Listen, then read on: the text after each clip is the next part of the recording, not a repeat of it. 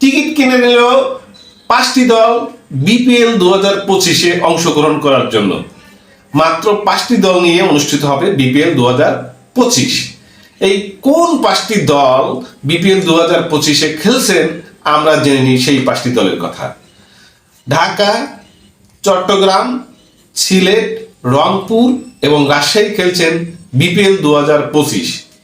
এবার বিপিএল 2025-এ থাকছে না বরিশাল। বরিশাল দল নেওয়ার জন্য যে কোম্পানিটা ইন্টারেস্ট দেখাইছিলেন সেটা হচ্ছে আকাশবাড়ি হলিডেজ। আকাশবাড়ি হলিডেজ তারা সংবাদ সম্মেলন করে বড় বড় লম্বা লম্বা কথা বলেছেন। এই যে দেখুন এই ভদ্রলোক সংবাদ সম্মেলন করে অনেক লম্বা লম্বা কথা বলেছিলেন যে বরিশালকে ঢেলে সাজিয়েছেন তারা। বরিশালে তামিম ইকবালকে প্রয়োজনে আনবেন, ফরচুন বরিশালে যিনি কর্ণধার মিজানুর রহমান তার সাথে পরামর্শ নিবেন, এবলা এবলা এবলা অনেক কিছু তিনি বলেছিলেন। এই ভদ্রলোকের চেহারাটা দেখুন, দেখলে কখনো মনে হয় বিপিএল এর মতো একটা ফ্র্যাঞ্চাইজি নেওয়ার মতো একটা চেহারা, একটা পোশাক। আসলে একটা ফ্র্যাঞ্চাইজি নিতে অনেক টাকা, অনেক পরিশ্রম, অনেক ম্যানেজমেন্টের একটা ব্যাপার আছে, কিন্তু দেখলে কি আপনাদের মনে হয়?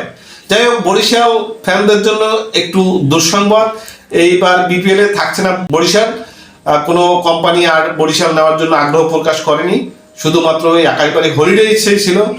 তাহলে বিপিএল যে 5 দলের মধ্যে অনুষ্ঠিত হবে, এবার বিপিএলটা খুব বেশি জমজমাট হবে না। মানে অনেক দর্শক বা অনেক ফ্যান এভাবে বলতেছে যে আর 2টা দল কমিয়ে যদি এমনটা হতো যে লটারির মাধ্যমে 2 দলকে বিপিএল এর কাপটা দিয়ে দেওয়া হোক, তাইলে ওটা বেটার হতো।